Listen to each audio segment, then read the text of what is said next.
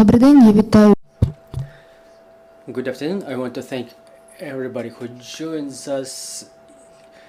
It's day 449 of the full-scale invasion of our homeland by Russian aggressor. Today is 18th of May, and I want to thank everybody who joins us here today in Ukraine Media Center, Ukrinform. My name is Olga Skrypnyk, and as I mentioned before, we will be talking a lot today about the day that we commemorate today, the day of genocide of Crimean Tatar people. We will remember those events that were happening 79 years ago. More than 200,000 Crimean Tatars were deported to Middle Asia from the Crimean Peninsula, thousands of kilometers away from their homes. The deportation was executed upon the order of dictator Stalin, and it was planned way before, when the peninsula was occupied by the German forces. The last German forces capitulated on the 12th of May 1944, and in 5 days after that, NKVD agents started visiting homes of Crimean Tatars, forcing them to leave Crimea. The people were loaded in the railway cars and forwarded to Middle Asia, and it was not only Crimean Tatars who were deported back then, but along with them were Bulgarians, Romanians, Greeks, and only then it became known that 46% of the people did not survive the deportation, unfortunately. And today we will be talking about the events that were happening back then and about the deportation which is going on today, when Russia continues the traditions of the Soviet Union, committing the same crimes against Crimean Tatars and other people who stay in the occupied Crimea for the time being. So I want to introduce our speakers today. It's Ilimdar Khojametov, the Armed Forces of Ukraine Services, an activist who was forced to leave Crimea due to his activities.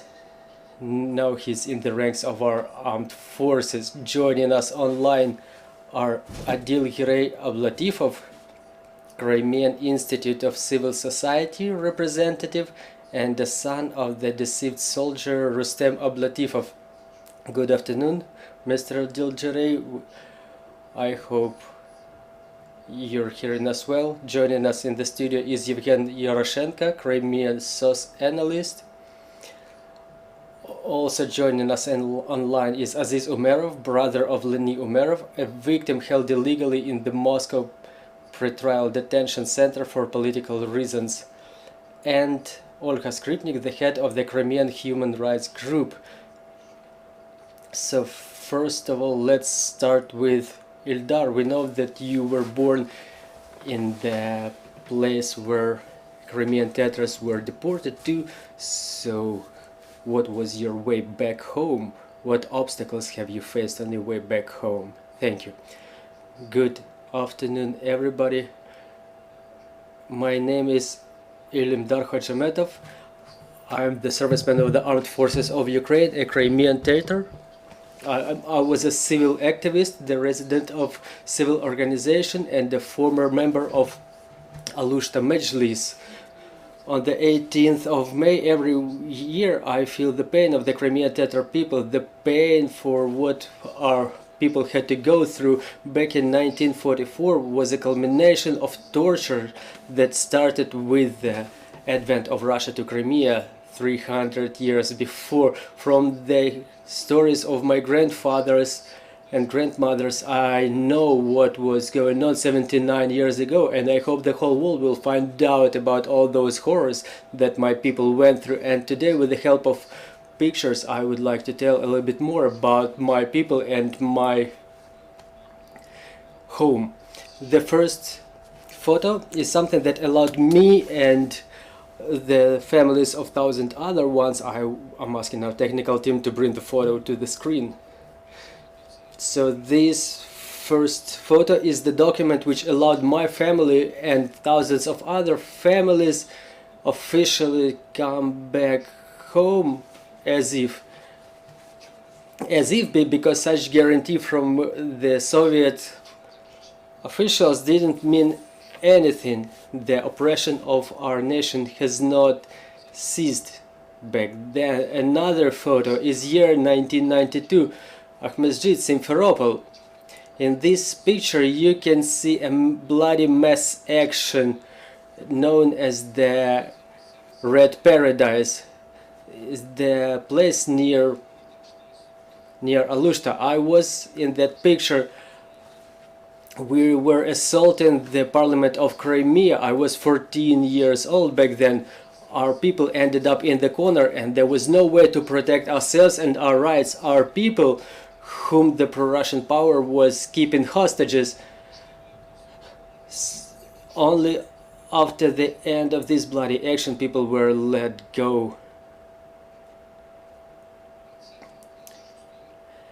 Another picture is 26 February 2014. It's me with my brothers in arms in the hall of the Parliament of Crimea. We broke through the lines of police, the corrupted police, and we tell the local deputies that it's a big mistake to give up Crimea to the Russians. Back on that day our nation was fighting for our home, our homeland, our Ukraine.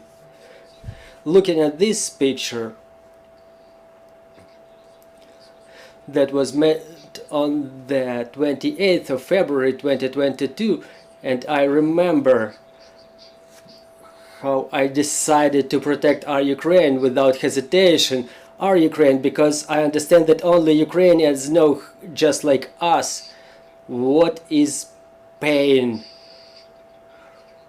What is the pain of loss of your people? It's only Ukrainians who know, just like us, what is it like when you're being oppressed and you don't want to give up. And it's only Ukrainians who, just like us, Crimean Tatars, who know that you should fight until the end for your rights, because freedom is never coming for free. You can only fight for it, just like we say, which means that you should fight for your homeland incessantly if you have to pay for it with your body and your soul. The last picture that I want to share with you is the picture of the brother mass sepulcher in Izum. I remember a story told by my grandmother when during deportation 2 girls aged 6 and 9 years lost their mother. She died during the first days of the deportation, and during that night those 2 young girls decided to bury their mother. They brought her behind the barracks. They dug a hole in the ground and put the soil on top, and the hand of the deceased mother was protruding from under that soil, and the youngest daughter was holding her hand without letting it go for a long time. We know who is our enemy, and I ask everybody to commemorate with a minute of silence the representatives of Crimean Tatar people and Ukrainian people who died as a result of Russian aggression.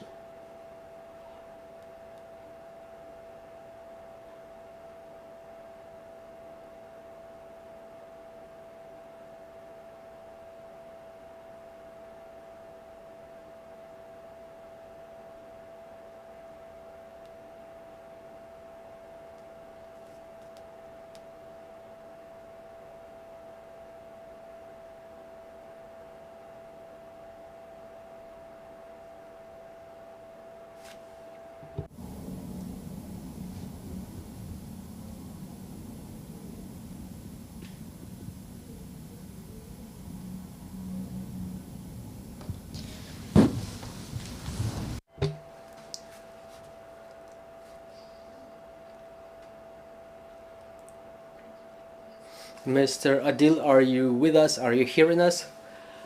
I would like to invite you to join our conversation. You, as a representative of a civil organization, we would like you to tell us what it is like to be an activist in Crimea.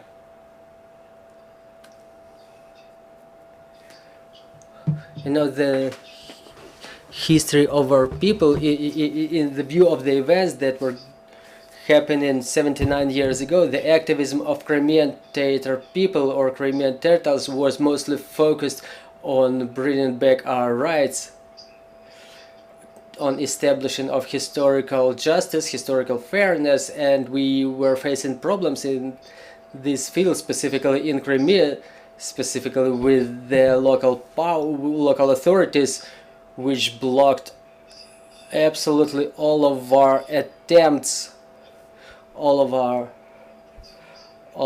our attempts to rehabilitate after deportation, and unfortunately it was very difficult. We had some achievements, specifically about the Ukrainian citizenship. Maybe someone is unaware about that, but for those who were coming back to Ukraine after proclamation of its independence, it was difficult to obtain citizenship, and only after the intervention by the Ukrainian government, Ukraine as the state, and some intergovernment agreements, we were able to more or less provide the Ukrainian citizenship to Crimean Tatars. My father was dealing with it in the end of 90s, beginning of 2000s, so something like this would be my comment. Thank you very much, Mr. Aziz. I would like to invite you to join our conversation. We know that your sister Lenia is currently in a confinement cell in Moscow.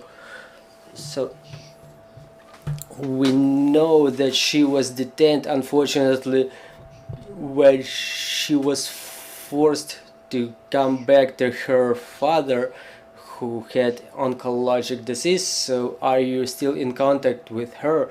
What are the circumstances? Good afternoon, everybody. I'm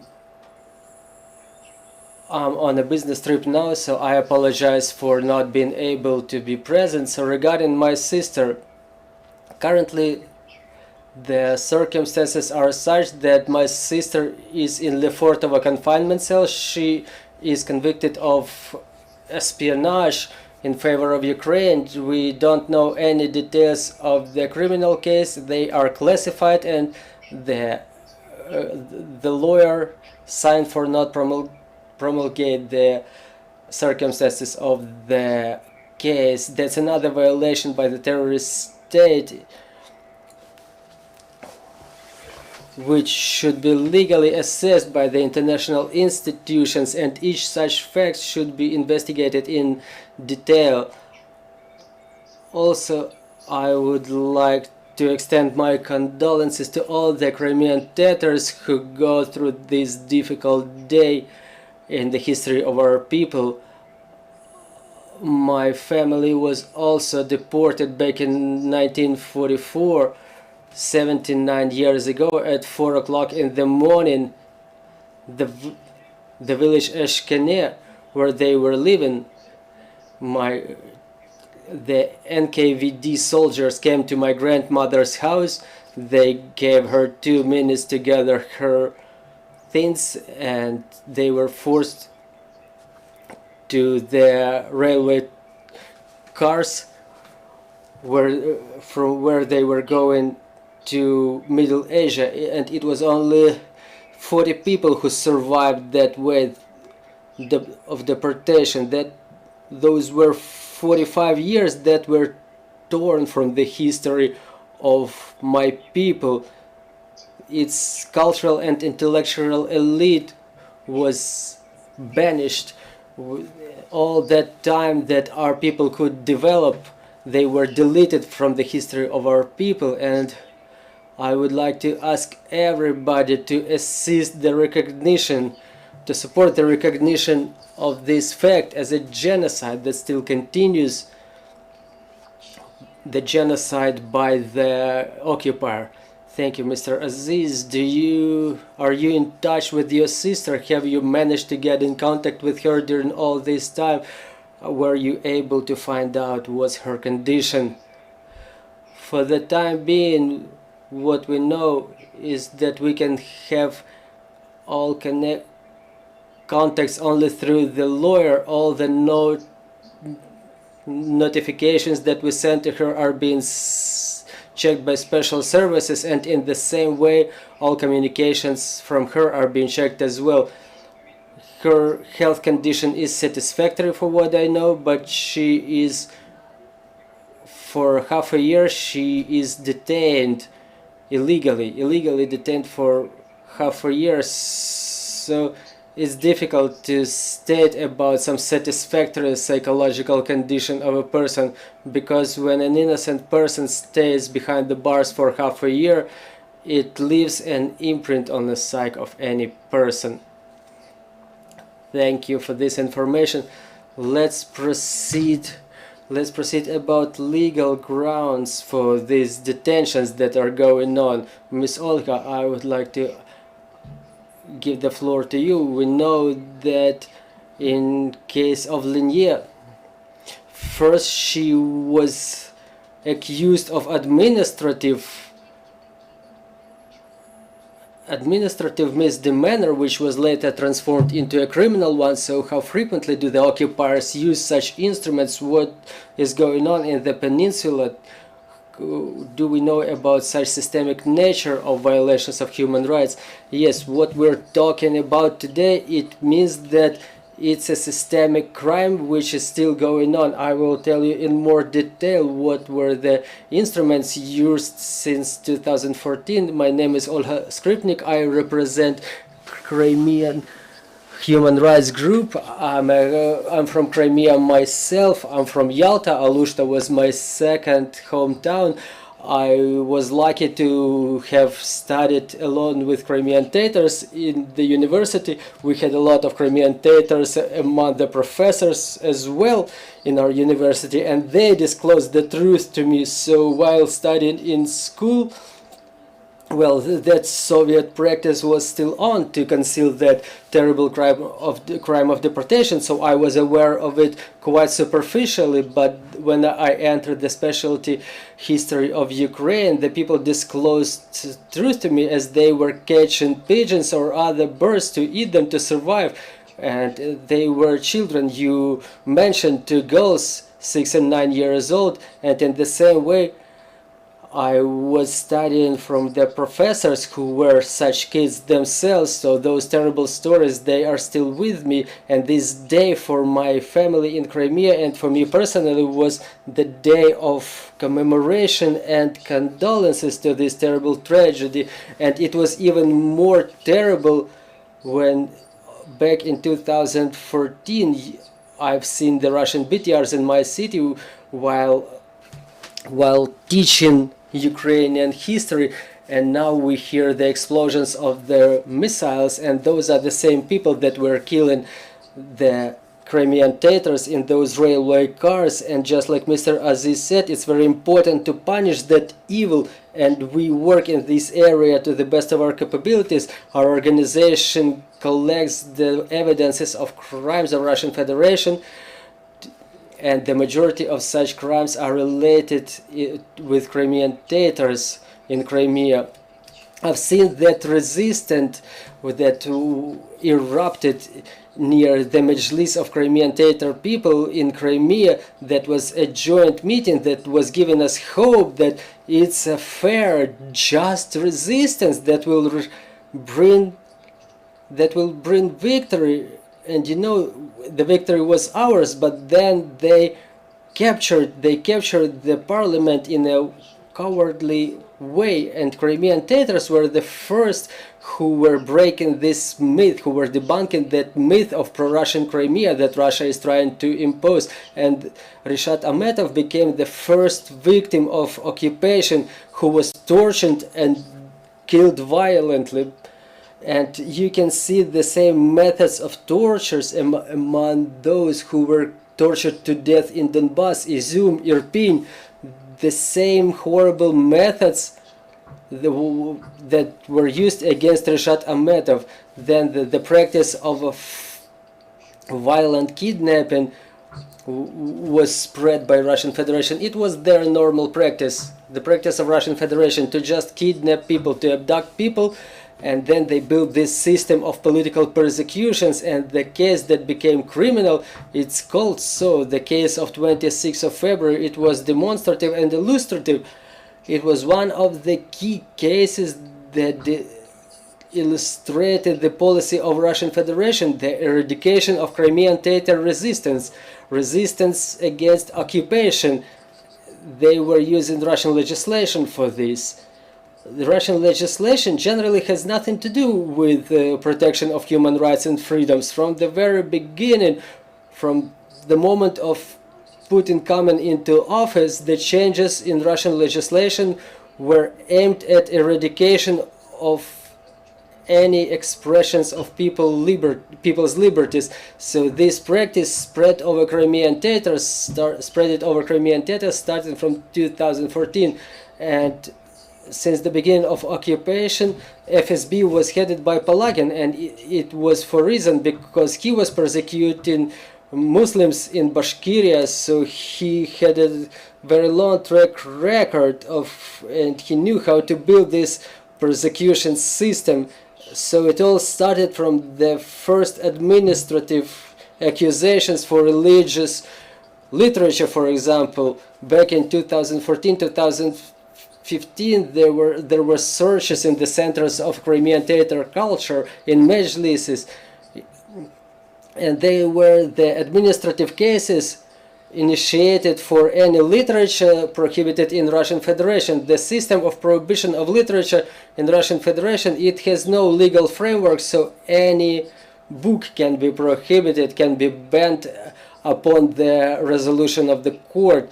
And there is a lot of Islamic literature among those books, including those which are not banned anywhere around the world. It's a normal way to express respect to another religion, another culture, but it's normal in Russia. And you cannot know what the list of such book is because it's been updated all the time.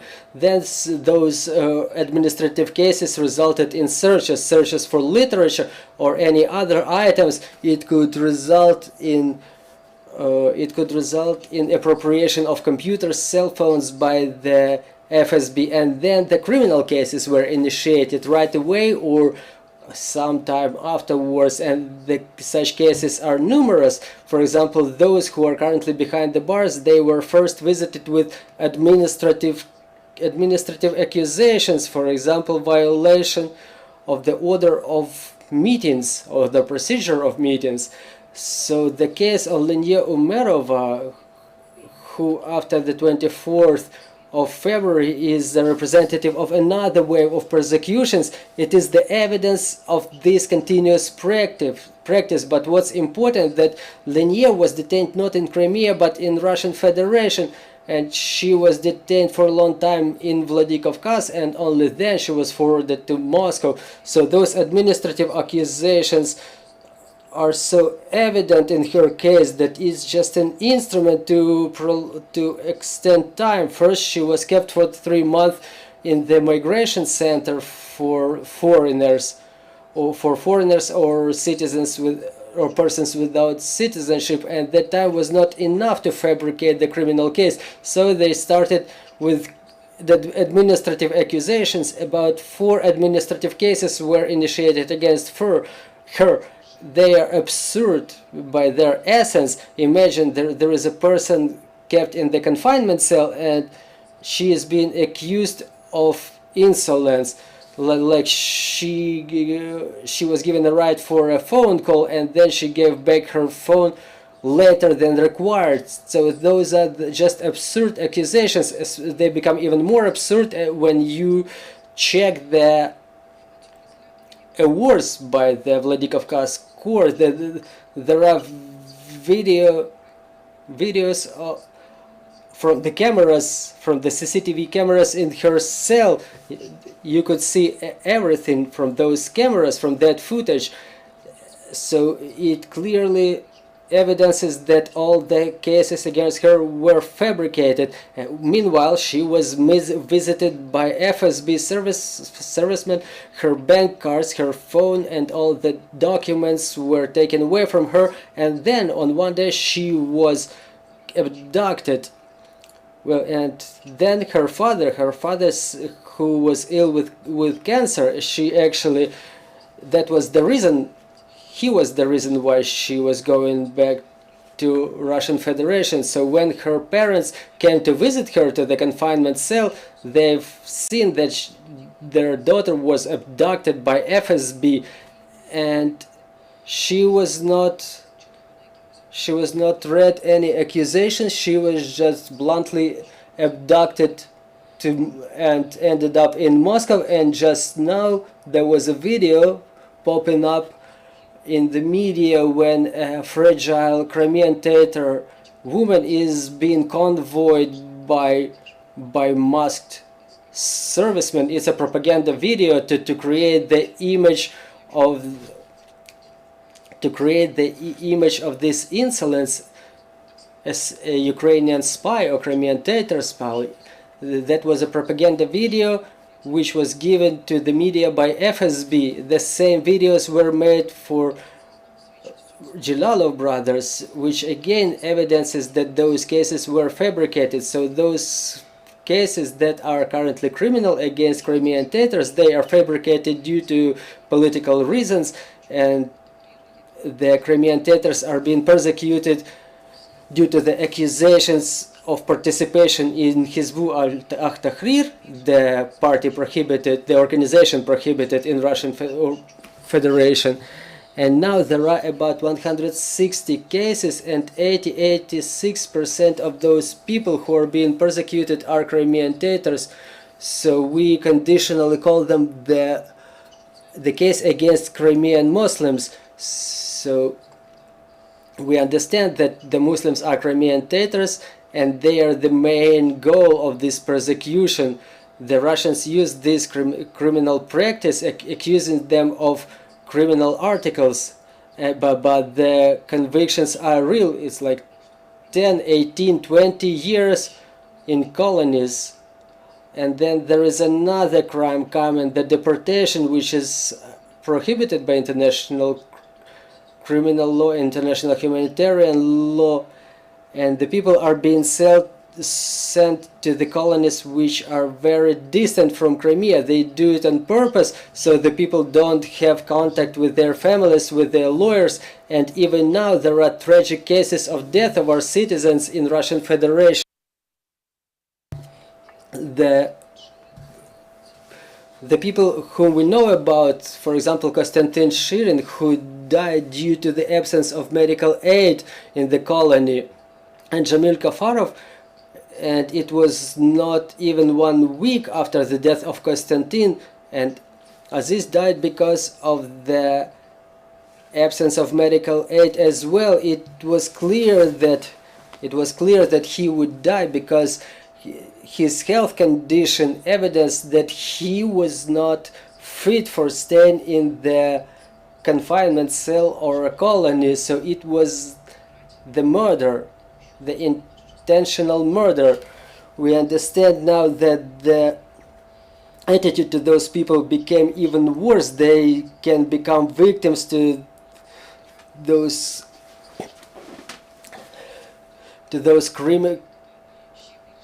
victims of criminal accusations. We know that even the fact of them staying in the colony, they don't have any protection there. And during the war, the attitude of the Russian criminals even deteriorated against Ukrainians. And now the Ukrainians are being kept in Russian colonies without reasons, only based on those administrative cases. So to wrap it up, to summarize, I would like to say that Alexander Sidov, an analyst of our organization who is currently in the front lines, who took up the arms to protect our homeland, so before that he analyzed more than 500 resolutions of the so-called courts of Russian Federation in Crimea as to the persecution of Crimean Tatars upon administrative cases, administrative articles. So I'm not going to go very deep into details. We have a link to that. So, and just analyzing those resolutions, he identified that almost 70% of those resolutions were related to Crimean Tatars, even in view of the fact that they are the minority in Crimea. So even by those figures we can see that that's an intentional policy of discrimination.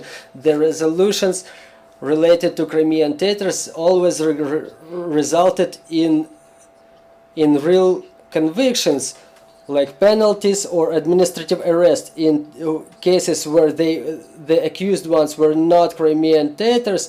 They were let go freely. So we were working on documents to be submitted to the International Criminal Court and human rights organizations, Global Rights Compliance Truth Hounds, a famous organization that documents the crimes of Russian Federation, and our organization. We also provided that information, that evidence that that policy is an intended practice, is a systemic practice. So we submitted to the court right 1 year ago, on the 18th of May 2022. We submitted the case through the Office of Prosecutor General, and they were in relation to criminal persecution, destruction of a criminal heritage of Crimean Tatars. It was all submitted as a case of crimes against humanity, the attempt to eradicate Crimean Tatar people and their identity. So that crime of deportation that we are talking about was another attempt to eradicate Crimean Tatars. So this crime is still going on, it's continuous. And in that submission to International Criminal Court, we were gathering all those evidences to illustrate that it is a crime. It's not a random event that someone was detained here, but the majority of the searches, they were in relation of Crimean Tatars.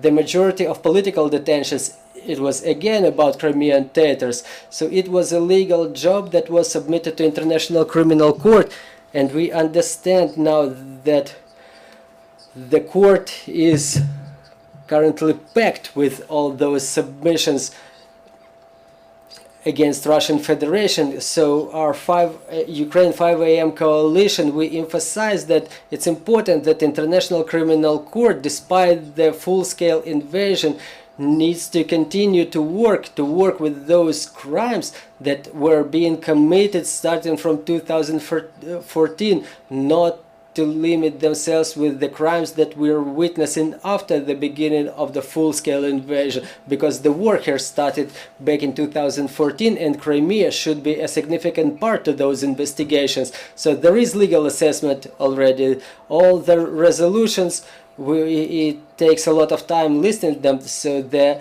assessment of actions of Russian Federation is already made. This is the systemic policy against Crimean Tatars people, crimes against humanity, and crimes of genocide. Thank you, Ms. Olga. Mr. Yevgeniy, Olga just touched that point, that abduction of people is an important instrument in the policy of Russian Federation. Abduction of Crimean Tatars, this is what they use in their crimes all the time. So what do we know about such instrument, and what do we know about the people who were affected by this instrument? Good afternoon. First of all, I want to thank Ildar, Alexander Sidov, and all the defenders who defend us for day 450 against Russian aggression. So now it's been 450 days and 9 years. Today at 4-5 o'clock in the morning. I would like to thank the Air Defense Forces for defending my city against yet another Russia's missile attack. At 4 or 5 o'clock in the morning, 79 years ago, Stalinists broke into the homes of Crimean Tatars. They gave them 15 minutes to gather their belongings, and then all those people were brought to distant places in Soviet Union.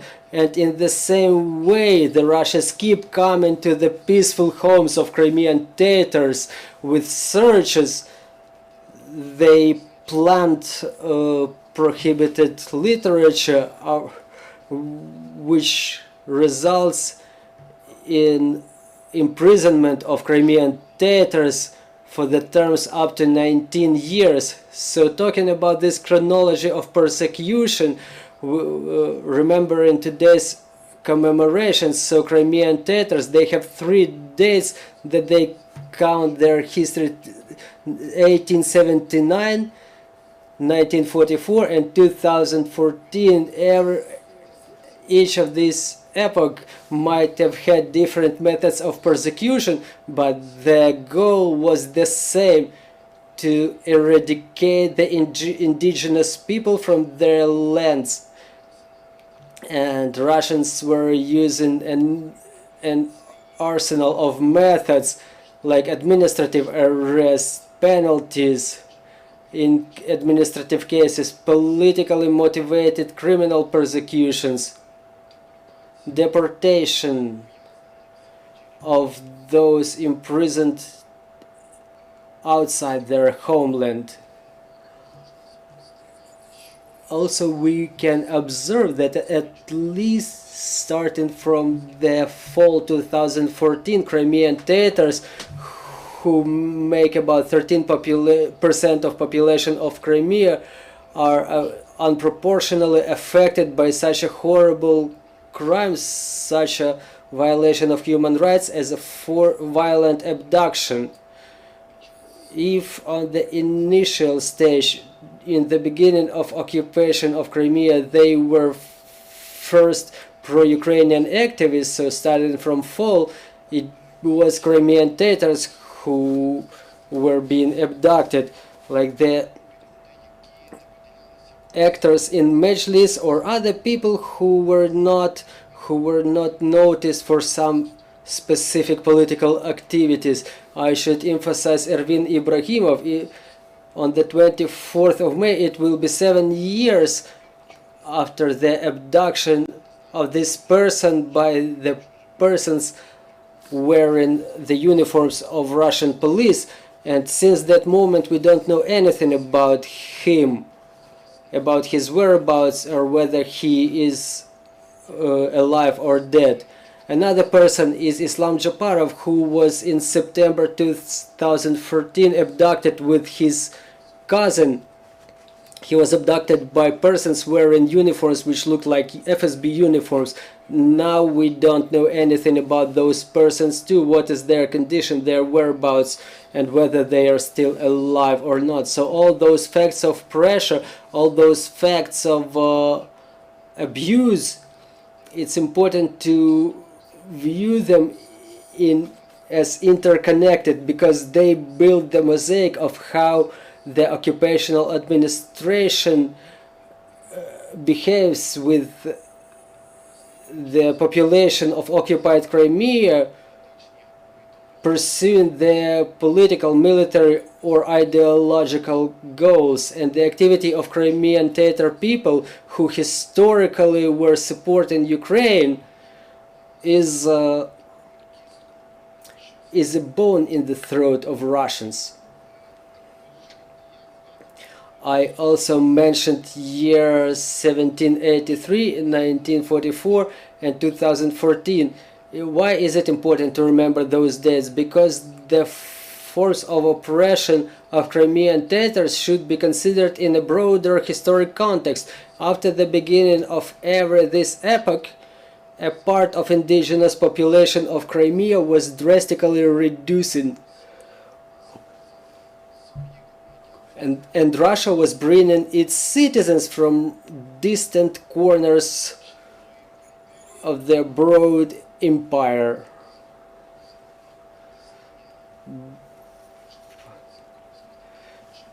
By displacement, at cost of displacement of Crimean Tatars and Ukrainians who were indigenous population there, and thus creating the myth about Crimea as historically Russian land. Yet another method is a purposeful stigmatization, which may be expressed in the following way. I already mentioned the searches, which start at 4 or 5 o'clock in the morning, and those searches are accompanied with unprecedented violence. For example, in a village where the Crimean Tatars live are being headed by some law enforcement agencies representatives, and other ethnic groups are being imposed the image of Tatars as extremists, terrorists, or other kind of perpetrators. Apart from the cases of Hizbut Tahrir, it's worth to mention a number of incidents that Russian propaganda and law enforcement use to intimidate the whole of Crimean Tatar community. So-called explosion on a gas pipe in August 21, which resulted in a wave of mass searches and detentions, including Nariman Jalal, the head of Majlis of Crimean Tatar people. Another significant part of people were detained later, and we didn't know about their whereabouts for a number of days. They were tortured, they were electrified, and they were pressed on during interrogation. In the end of February, in Bakhchisarai district, and a weird incident took place with the damage of the railway, which resulted in searches in the homes of Crimean Tatars, and those searches were falling on the actors of Kurultai and just average Crimean Tatars.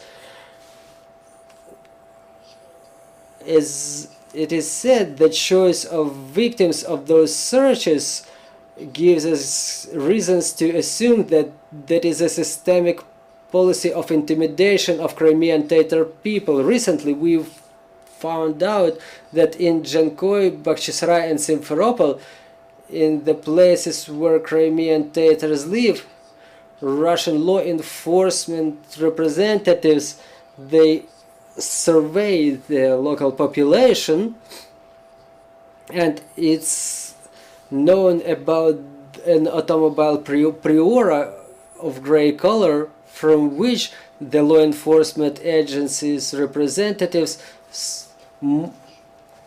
fulfill such monitoring. Those facts, they witness how dangerous it is to be not just an activist in Crimea, but just to be a part of your indigenous people who aspires to preserve their identity and who doesn't want to succumb to systemic oppression by occupier state. And even before the beginning of the full-scale invasion, many of our sources were stating that in case of crossing of checkpoint when it was active, the servicemen of FSB were treating Crimean Tatars with special attention. When they were seeing the Slavic name in the document, the conversation with FSB was quite brief, and in case of Crimean Tatar name in the ID, they were interrogated in detail what is the purpose of the journey, and they were asked why they did not accept the Russian passport. And to summarize, I would like to mention something that demonstrates that in Ukrainian society, even in the territories under Ukrainian control, there is still a lack of understanding about Crimean Tatars. For example, me as a person who deals with the human rights problems in Crimea, I'm being asked why Crimean Tatars, despite the facts of the violent abductions, imprisonments, penalties and other ways of intimidation, why cannot they leave elsewhere to the safe territory, to Odessa or Kiev? So those people, they do not really understand what is the price that the generations of Crimean Tatars paid to come back to their homeland. And despite it all forms of intimidation, discrimination and oppression that we listed today, Crimean people, they remain in Crimea and they await to be liberated. So please don't ask why, despite all those intimidations, those people don't leave. You should better ask how, during what period, those who entered Crimea after 2014 illegally, how they will be forced out of Crimea, and how to persecute and bring to criminal liability those who force Crimean Tatars and all the citizens of Ukraine, in view of certain circumstances, to leave Crimean Peninsula. Thank you for your attention. Thank you, Yevgeny. Dear colleagues, if you have questions or comments, please join our conversation. No comments. So what are the steps that we have to take? To which extent our civil organizations are now engaged in the process of cooperation with our international partners, international organizations that develop the mechanisms to bring those people to liability, and how can we reinforce this process? If I may start. So first thing that seems important to me, the changes that have taken place today, it was difficult to talk about something like this back in 2021. The Crimean Platform was founded by the President of Ukraine, and all the addresses of the countries, of the leaders of the countries who supported the Crimean Tatars, they were in regard of persecution of Crimean Tatars, but it was formulated back then that the occupation of Crimea should be happening in a diplomatic, political way. So having paid this very high price and continuing to pay it, our defenders in the front lines, our defenders prove that we have right to return all of our territories by using any method, including military method. Now it's easier to say something like that. So talking in humanitarian dimension, there is nothing political in liberation of Crimea. We just have to save the people. There is no other way to save Crimean Tatar people other than the occupation of Crimea. So one task for all of us, no matter how surprising it is for the human rights organizations, we have to seek those arms, those weapons that will help us liberate our territories as soon as possible. The longer the Russian aggression continues, the more people become victims of such aggression in all territories where Russia can only reach. So first of all, I call to the international organizations. There's nothing surprising that human rights organizations talk about weapons, because now we are in that phase where there is no other way to protect human rights. Many media personalities joined, many human rights activists joined the ranks of Ukrainian Armed Forces, because there is no other way to protect human rights, only with their arms in your hands. So us as a civil rights organizations, we continue reiterating that apart from the air defense systems, Ukraine has to get all the weapons to be able to liberate all of our territories as soon as possible. Second, creation of the mechanisms of bringing to liability of all those guilty, and Ukraine, represented by our government and the human rights community, we have to create all the mechanisms to bring the guilty ones to liability, create the special tribunal for the crime of aggression. It's important to continue collecting the evidences of the crimes of Russian Federation, and in cooperation with the government, with the armed forces of Ukraine. Well, it's no secret to anybody that the first ones who were witnessing all those horrors that were going on in the occupied territories, they were our military. It was our military who were the first ones to see that, but it's important to document all those crimes, to collect the evidences. So for us as a human rights organization and as a civil society, we have to insist on the efficient work, including on the national level, because the majority of the crimes will be investigated by us as a state, not the International Criminal Court. They will take some most widely known crimes, most horrible crimes, but the majority will be investigated by us, and it's no simple task because the scale is immense, and it will be not only our generation who will be dealing with this, unfortunately. So in this area it's important for us to work to make sure those mechanisms are created. The human rights organizations, media organizations, we have to push to create such mechanisms. Another question, it may seem that sanction mechanisms are not actual here, but they are. We see Russia recognize that it's the war that is about to continue, and Russia still has money for the shells, for the missiles. So our task is to make them run out of that money. We have to do everything, impose sanction mechanisms to get them rid of that money. So it's an important task. And yet another important task is the reparations mechanism. Russia has to pay for everything that they've done. It's easier to talk about some reimbursement for some specific property in Bucha and Irpin, for example, and we can build them, but there are more complicated matters. For example, what I work on now, we're seeking to have reimbursed for that harm, like tortures, like violent abduction. For example, how many days people were spent in captivity. Russia should pay for every such day. Everybody who is currently imprisoned by Russia, they should be reimbursed, they should be compensated afterwards for all that period of these terrible aggressions which started back in 2014. So it's important to have those mechanisms of reimbursement, not only in the area of reimbursement of some calculable losses.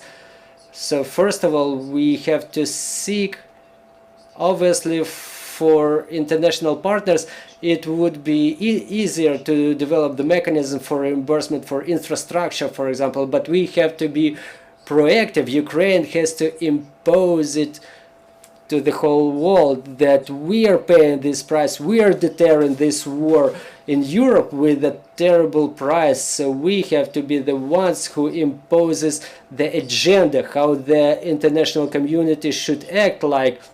In cooperation with the partners, we should develop those mechanisms, but those key things that we have to remember, that we have to keep working on in this or that area, work jointly, because we demonstrated to the whole world that our strength is in unity, so we can seek even that, and those are the key things in our work that are of strategic meaning for our future and development as a country. Thank you.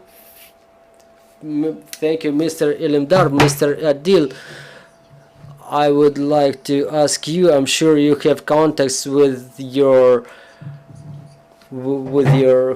home people, with Crimean Tatars who stay at Crimea. So what was their perception of this political resolution of Ukraine, that first there were talks of the diplomatic ways to liberate Crimea, and now we raise our voice, we speak up that we have this right to liberate Crimea using military power, using the weapons, including with the help of our armed forces.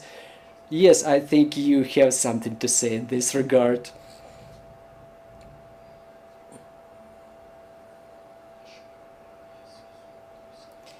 We have connection with Crimea during Crimean Platform 1, that there was a hope that they were talking about some 50 years, like that Crimea would be liberated after 50 years, and the Crimean Tatars rejoiced that there were talks about some peaceful return of Crimea. But when the full-scale invasion has begun on the 24th of February, now the Tatars started hoping to see the Ukrainian Armed Forces in the border of Crimea at least. So everybody waits.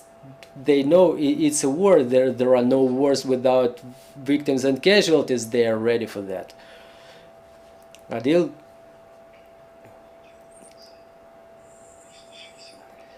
For more than 8 years, the hope is waning because unfortunately there were not so much efficient steps to deoccupy Crimea. But after the beginning of the full-scale invasion,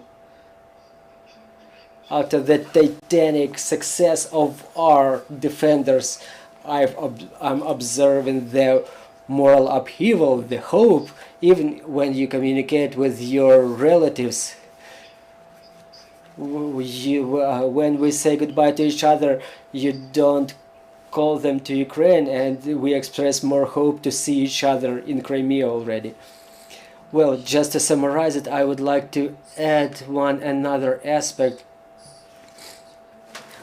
We were talking about political persecutions with my colleagues. So what's important, a painful issue, is returning them, bringing them back. For the time being, we only have one mechanism. It's the exchange of prisoners of war, and in some separate cases there were cases when the civilians were exchanged, but the exchanges never included Crimean Tatars, including those who were imprisoned before the 24th of February. So we have to develop the mechanism to bring them back as well.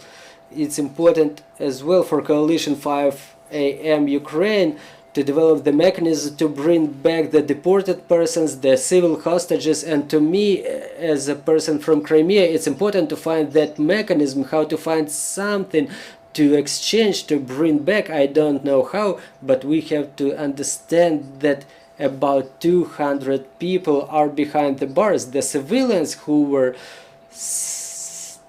suffering, enduring all those horrors for their ideology, they were standing for Ukraine, for Crimean Tatars, and we have to continue insisting that all the hostages should be brought back, including those imprisoned before the 24th of February. I want to thank you for your work, for this conversation and a lesson we have to learn, the message that we should continue promulgating, that unpunished evil returns in more power, committing more of a systemic crimes, more horrible crimes that they used to commit before. So we have to stand united to have all those Russian crimes that they've committed, they keep committing, and they're about to commit, to have all of those crimes punished. And I want to thank our armed forces for this opportunity to hold events like this. We continue working